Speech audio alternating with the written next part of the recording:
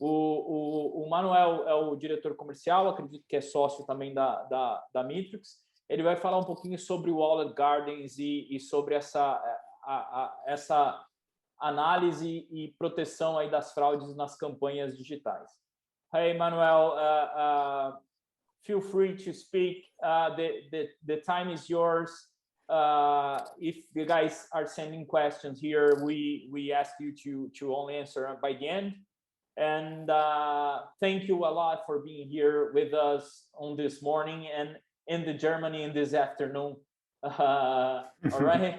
So thank you a lot, and you can start any moment. Okay, thank you very much, Bruno. and thank you, and hello to everybody here from Berlin in Germany. I hope you're all doing well in this in these crazy times, and I hope you still have some concentration left after these really great presentations. I have to say, as far as I understood them, I have to say that Portuguese is a really beautiful language to listen, even if I don't understand a lot. But it's a very nice language to listen. I was working and I was listening to the other presentations beside, and it was good. So thank you, thank you, Bruno, for having me. I'll give you a little, let's say, a little trip into the world of ad verification now. I've prepared a presentation, and I know that we have only 20-25 minutes. So the time is very limited. Ad verification is a very bright or wide field. There is a lot of interesting topics. I'll try to give you an overview on ad verification, why ad verification at all. I tell you a little bit about the challenges that we are facing, that our clients are facing. Give you a little deeper dive into the world of brand safety, because we saw quite a push on brand safety topics, also because of COVID. And of course, I give you a little overview on the walled gardens, what is possible in the walled gardens in terms of viewability, measurement, and transparency. I've just added the point with audience and audience verification, because I heard that it's a lot about also third party and the whole cookie topic, and this is the main touch point where we have with the cookie topic. So just a little except into that area, and then we'll have a recap and sometimes for questions as well. So this is just an intro into the world of Meetrics. As this slide is way too full with text, the interesting things here is we've been founded in 2008, so we are in this topic already for quite some time.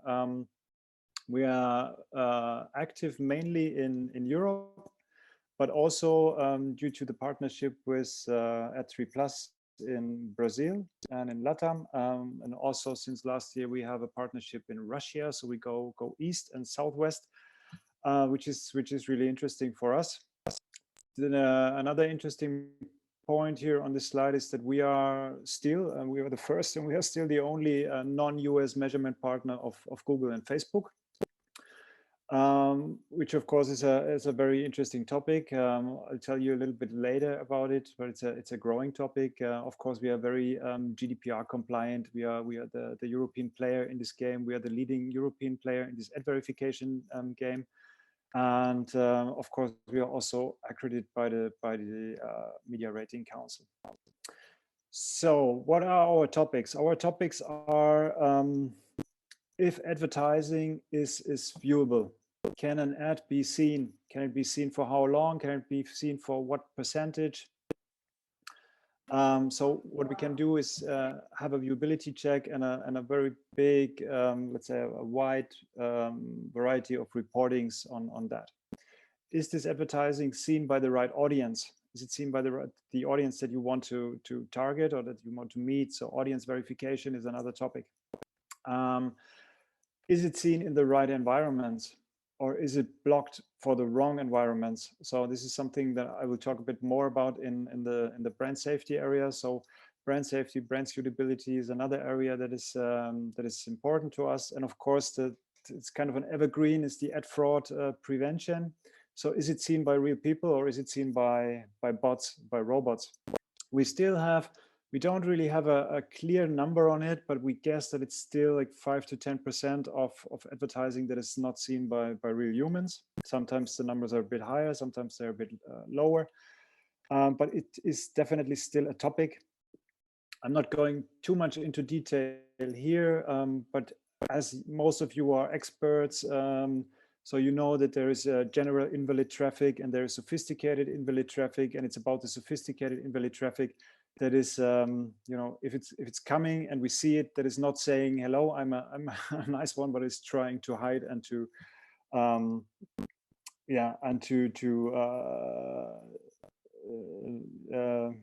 don't know the English word for it, but anyway, it's about the differentiation. It's about filtering the sophisticated invalid traffic. So why ad verification at all? If we go back a few steps, then of course, you all know that our industry is complex. So the first thing is it's about reducing complexity. When we had, you know, in the beginning, we had only display advertising, then we had mobile, then the smartphones came. Now I have two kids, they are 9 and 12 years old. And if I tell them that this is a telephone, they look at me and say, wow, what is a telephone? So it's not, you know, for them, it's a smart thing. It's TikTok, you know, it's videos, it's gaming, it's WhatsApp, it's communication, but they don't really know what a telephone is. So, and then, you know, with the smartphones, we saw the rise of all the social media channels. Now we have a lot of streaming. Video is a big topic. We have OTT, we have connected TV, gaming consoles, we have integration with consoles and gaming, in-game advertising. So, you know, it's way more complicated than a few years ago. And so the biggest benefit you get out of ad verification is, in my point or in my view, is to reduce this complexity and get transparency on the things over the different channels. If we say that we can, if you use an ad verification vendor like Meetrics, we say that you can optimize the efficiency of media investments by at least 30%. If we say that, we see that the best results we see if we work together with the agencies. And because, I mean, you can do the best planning in the world, you know, you put a lot of effort into your media planning, but at the end, I mean, if an ad is not seen completely, or if it's not seen in the right environment somewhere, or for whatever reason, then it cannot have any impact. So the thing is, we make sure that the campaign, or we can help to make sure that the campaigns have their full impact. And the nice thing is we also have a nice reporting on it. So you can also guarantee it, you can prove it, you get the numbers. So you get not only the reduction of the complexity, but you also get a proof and transparency, and you get a proof that it's about the right KPIs. This is also a point, or is a point to us, an important one, because we still see a lot of reportings that doesn't really say much, let's put it that way. And on the other side, but it still takes a lot of time to put these reportings together, you know. So, but I mean, if you think about advertising today with programmatic channels, with IO channels, with the different channels that I just said, it can be very complex, and the whole chain is, you know, as complex. So sometimes you just don't know if things are really visible or they have an impact or not. I mean, publisher A can sell you 2 million impressions for a very nice price, or for a cheaper price than publisher B sells you 1 million impressions. So first of all, that sounds good, but what does it say? I mean, do you know about the viewability? Do you know if an ad is really been seen or not? Or think about video completion rates. If you talk about video is playing, then you have a completion rate. Okay, it's completed, but was it really viewable? Do you know that? Was it audible? Was it hearable? Was it expanded? Was it not? You know, do you have the information that you want to have the right KPIs? So this is also an important topic to us. It avoids fragmentation. we are in a world of a lot of buzzwords. You know, you have a lot of fancy names for different channels. So the idea is where we definitely can help is to make things clearer and ensure the quality. I mean, we have the programmatic area, programmatic advertising buying really accelerated the whole buying process. You know, it quickened the buying process, makes things much faster on the other side. And our job is it, and our role is it to also accelerate the quality management, or to keep the quality management up. How do we do that? I can get to that in a minute. So at the end, if you put all that together, ad verification, a company, a partner like Meetrics, AD3Plus, it should lead to better decisions. It should give you the right tools and the right possibilities to take the right decisions. This is at the end what it's supposed to do. What are the challenges here? There's quite some, as you can imagine. I don't want to be too technical, but it's of course it's a lot about adding new inventories. We've just talked about social media. We talked about video, we talked about gaming. So there is new inventories popping up, yeah, almost every day. So that keeps our product team and our integration team busy. There is, I don't know if you're familiar with the Open Measurement Sdk, OM Sdk, which is especially for things that are very in-app, very mobile, like social is very mobile, that help a lot with the activation and the integration of those, inventory resources. Then it's not so much about hard integrations. It's more about activations. So that makes it easier. Things are getting easier, but yeah, it's still a lot to do. The other challenge is the complexity of our industry. We see, I mean, what makes our job at Meetrics really super interesting is that we are dealing with all the players in the industry. We're dealing with the agencies, with the agency groups. We're dealing with the publishers on the sales side. We're dealing with the advertisers directly. I have to jump a few slides. And therefore, of course, we also deal with all the tech platforms that are behind that. So we're dealing not only with the ad servers, sales side, buy side, we deal with the DSPs, with the SSPs. We deal with market researchers for brand lift studies, for example. We deal with a lot of different programmatic channels. So it's a big world. I always say, if I have interviews with people, I say, if you want to learn about digital advertising, this is the best place for you. Really, it's tough and you have to learn a lot, but it's if you really want to learn, then this is a very, very great place for you to be, because you get the full-blown plate. You get everything. You have to understand the business, you have to understand the tech, and you have to like it. So to us, the key is interoperability. Bring the platforms together, make it easy to work, make it smooth to work, make it easy for an agency in their ad server to set up the campaigns together with the text from Meetrics and the measurement. Same thing for a publisher, for an advertiser. So the thing is, bring the things together, which is also our job, the tech side on the job. And another thing is, of course,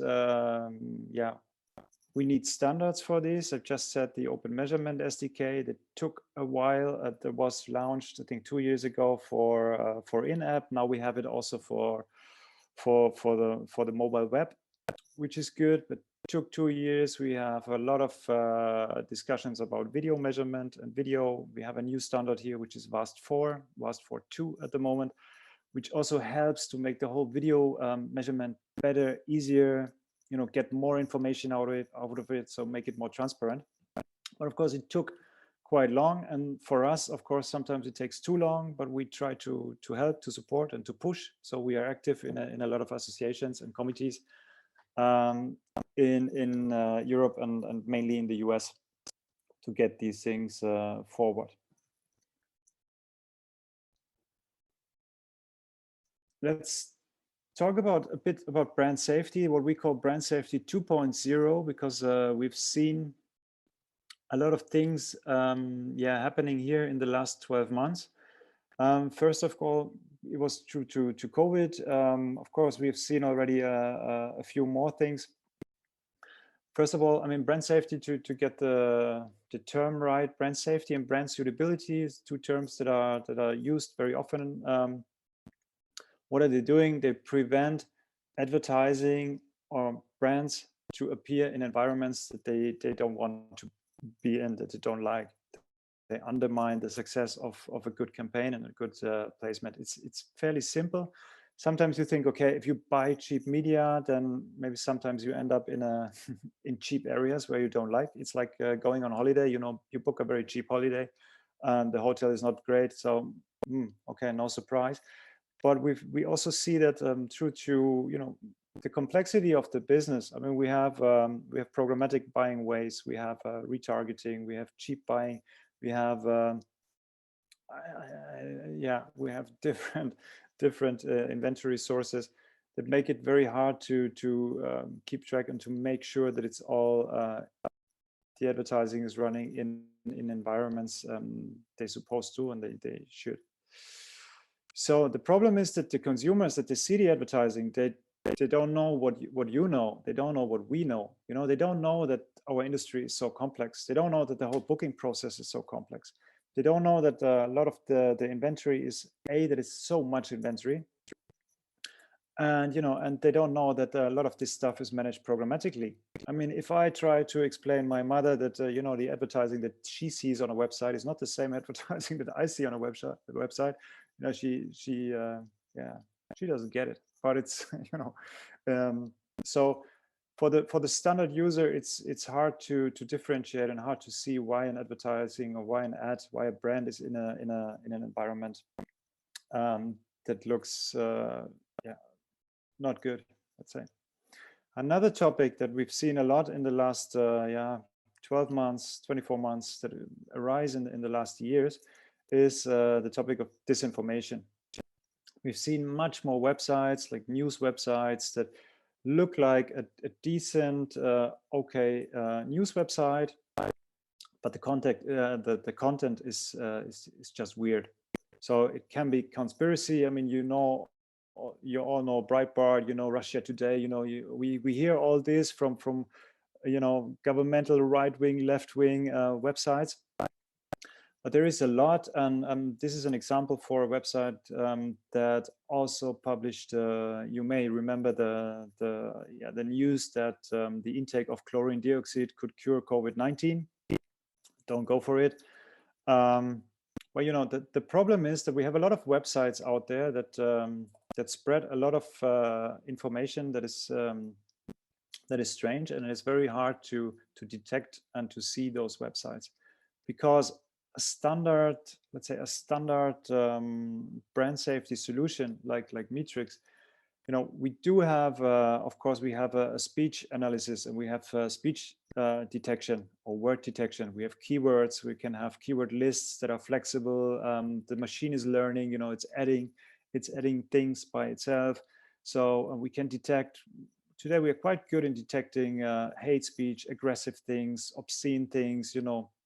The machine can do this. The machine can also see. We have a partner solution integrated that is specialized on picture detection or image detection.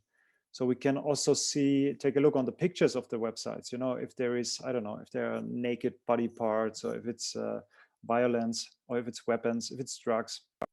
So, and then you can combine those things. You can combine the text analysis and the pictures, and to get a clearer picture and a better picture, or also to for example, to detect false positives. Sometimes a website is not such a big problem, so you don't need to block the advertising, because there's also a potential of losing a lot of inventory. So you get a better picture on it. The problem is the machine cannot really say if chlorine dioxide has an antiviral effect. Of course, it can learn it, but it cannot say, if a party is right-wing, left-wing.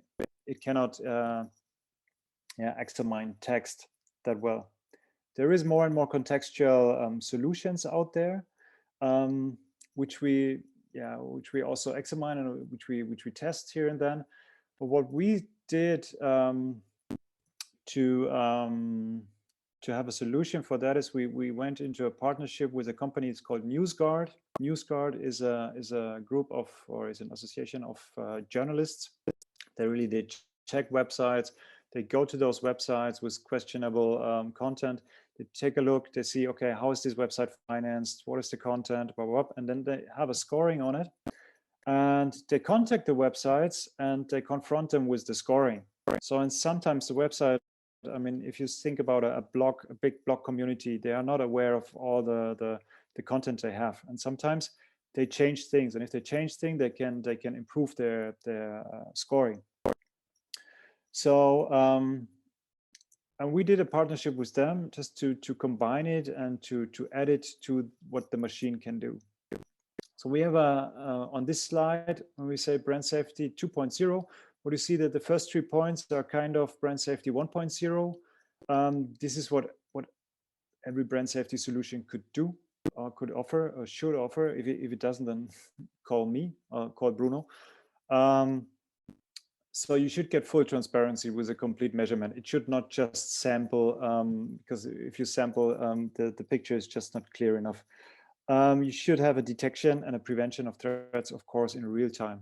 Also that, you know, if it's ex post, it doesn't help you. As I said, keywords, keyword lists need to be flexible, need to be adjustable. The machine need to learn and add things on her own. Then we have machine learning. As I said, we have a partnership with Hive for the image detection. We have a combination of text and image. And we've added the experts, the journalists from NewsGuard to take a deeper look into this whole disinformation website. What is also important about it, so just you've heard of it, the solution should understand all common languages. If it doesn't, which really happens, it should be at least easily expandable by these languages, and it should support the GARM categories by the WFA.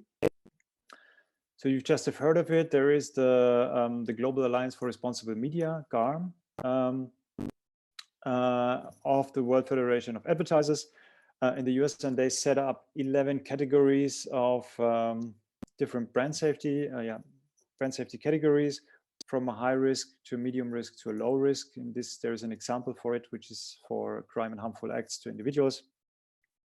So it's about violence, and you have 3 steps from high, medium to low. This should also be supported by a brand safety solution. Well, it's a very interesting topic at the moment. I mean, especially this whole misinformation, disinformation thing is definitely something that is that is here to stay. I think we'll see this a lot more in the future, or even more in the future. So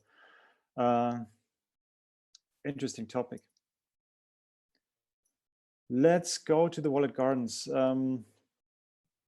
See what is possible. I said that we are partnering with Facebook and also with Google for a long time. I think we started to work with them in 2017. We have been one of the first ones actually that have been integrated in the Ads Data Hub, and had a deeper integration also with Facebook, which was maybe because we were not a US company, so maybe that helped a little bit. So we were far away. If there were some troubles or problems, they would have been far away. Well, at the end, it helped us. So we are pretty advanced and pretty experienced with the whole integration with them, and the partnership works at the end quite okay. It could always be better with them, but I wouldn't complain too much here. We have integrations with Google and with Facebook today. We have integration with Amazon, at least as long as they let us measure, as long as they allow third-party tracking on their inventories. We're currently in the process of integrating TikTok and Pinterest. We are talking with Snap and some others here and then. It's always a bit about prioritization. I think the first or the next one that we will see is TikTok, as it's a bit easier to integrate. And then hopefully Pinterest. As you can see, you can also measure in the walled gardens. This goes for Google and for Facebook. We have a lot of different metrics, not just the standard metrics. We have new so-called Avoc Metrics. We have audible and viewable, so you get information if an ad was really seen. Was it seen for, I don't know how many people saw it, for 25, 50, 75%, 100%, for how much, at least 50% of the ad or 100%. Was the sound on? Was it expanded? Was it not? So gives you a lot of more insights about the media usage. I mean, of course, the media usage in Facebook, if you are in a news stream, or if you are on your mobile, is a very different usage than watching it on a big screen. But there's a lot of interesting insights to gain.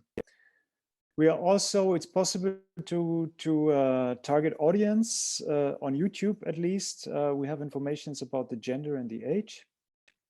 SIVT, as I said, sophisticated invalid traffic is kind of pre-filtered by Google and Facebook. So there is no information about that, at least not for us. And we are in talks with them at the moment about more brand safety features.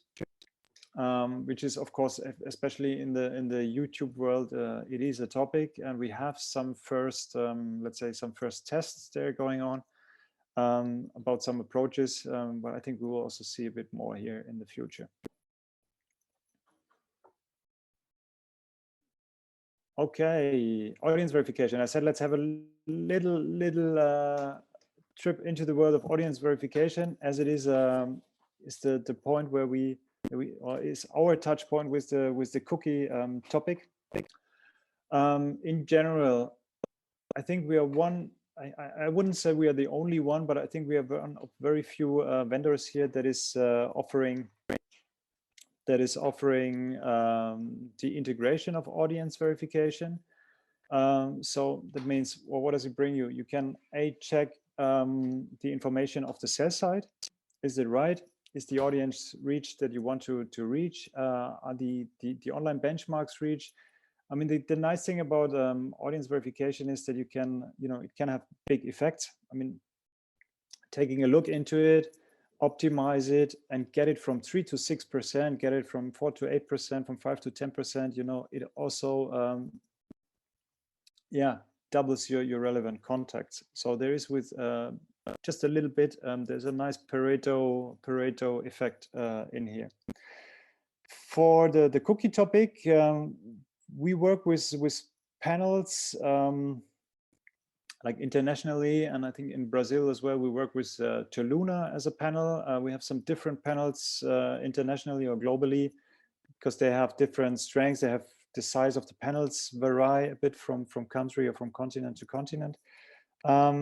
We don't really see a big topic there yet, as we only work with panels that have users that really give an explicit consent, that also get incentivized if they give consent. So we are fine here. In Europe, we also support the TCF, the Transparency and Consent Framework. So, which is then also getting a consent by every contact again that is coming. So we are very fine here. Through to our partnership and our global footprint, and as an ad verification vendor, we have we are approved by Mozilla. We are approved by Apple and Safari. We are still in the game with Chrome. We'll see how that goes in 2022 when they switch off third-party support. And we are testing a few new options here. Of course, first-party data is one thing. Get it from publishers, getting from the advertisers, from different sources. We have a global partnership with Google, and see what their approach is and what we can do here in their environment. And we also prove other initiatives. For example, in Europe, there's an initiative that is called NetID, which is kind of it's kind of a meta wallet garden, where you can add your personal things, and then you can log on to the things that you want. So we also talk with them and are testing and are just open. At the moment, we are fine. At the moment, it's just touching us on the audience verification topic, but it's definitely going to change in the next years. So, watching the time, I know you might be hungry. Have a recap. Ad verification should reduce complexity, should increase the impact and the success of your campaigns, and it should protect the brands of your clients or your brand if you are an advertiser. We see that brand safety and brand suitability is increasingly important, and we think that is a topic that is here to stay. So we're working on it. We see that VAST4 and the Open Measurement SDK bring new opportunities to measure and to verify video. Especially the Open Measurement SDK, hopefully will bring more and more, will make it easier and easier. The growth of the walled gardens, of course, continues. We see more and more clients measuring in walled gardens. We have the numbers of all the channels, maybe Google or Facebook are growing, still growing, and growing strongly, especially probably also due to the COVID impact, as we also saw it for video, you know, and on volumes on news websites. And another topic, of course, that I didn't handle at all or didn't touch at all is the whole thing of programmatic. We have integrations with the major, let's say, programmatic platforms. So you also have these ad verification opportunities as a targeting option, not just ex post and reporting, but also as a targeting option. So you, for example, if you set up a campaign in Xander or in the Trade Desk, then you can choose the segments. You can say, okay, I want to have at least 70% or 80% viewability, or I want to exclude this or exclude this. So you can also have this as a segment for your targeting process. Of course, also a big topic. So this was a very fast, pretty high level run through the world of ad verification. I hope it was interesting. I hope there was something in for everybody. Of course, I'm happy to give more information afterwards. I'm happy to share the presentation. I'm happy to share a bit more or to answer some questions now. Hey, Manuel, thanks a lot for this presentation. Was very clariful about all the Meetrics universe. And I have a question regarding for you guys. I don't know if you have this view, but here in Brazil, marketing is all the time. They look at who is responsible for auditing, for looking what are delivering from the media buying process. Is the client, is the marketeer, is the DSP, is the trade desk? Who is responsible for that on Germany, on the markets that Meetrics have working? Because here in Brazil, it's most of the time it's the trade desk who is responsible to checking about the accuracy, about the transparency, who is receiving the media, and in Germany and other markets, who is most of the time? Who hire Meetrics? Okay. So it is either the agency, or the trade desk of the agency, but usually it's I mean, of course, we have big contracts, so we have contracts with the big agency groups, and it's either the agency that is hiring us for the client, or it's the client directly. We see more and more clients having the contract with us directly because they want to own the data. This is also a topic, of course. If you change your I mean, if the data belongs to the agency, you change your agency, your data is gone. So this is some what we see, a kind of a trend to in-house the contract more on the advertiser side, but still most of the advertisers over here, they work and they rely heavily on the agency. So it's not so much about in-housing the whole handling and the service. It's more about in-housing the contract, but the handling is still done a lot with the agencies. I think in our client service team, 80% of the work is done together with the agencies. Oh, great to know. And the other issue is something that we saw here in Brazil is that most of the agency and marketeers are always looking for to understand the fraud only on display and app delivery. They not look for social fraud or social delivery media fraud. on every kinds of platform, on Facebook, Instagram, Pinterest, or Twitter, and how you guys look on that issue? Is something that on your side clients don't matter too? I mean, if it's about fraud, you know, it's hard to get. As I said, we don't really get the information about fraud. So it's at least in the wallet gardens.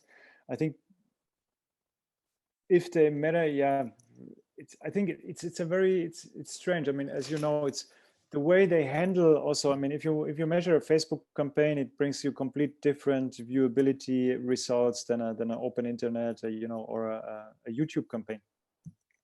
YouTube usually brings you very, very nice results because you have a lot of things that are non-skippable. So it's, you know, easy. On the other side, Facebook sometimes gives you very, very low rates because it's in a swipe mode, you know, and the viewability is sometimes really, really low. So, but you have to make some experience with that and get some information about it. I think this is the most important thing. Start measuring, start getting information, and then decide what it brings, or if you want to continue or not. All right.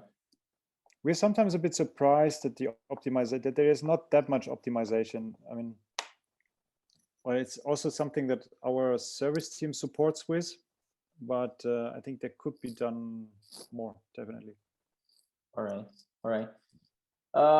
So I will thank you a lot, Manuel, for this presentation, for answering my call and be here with us all morning for us and all afternoon for you.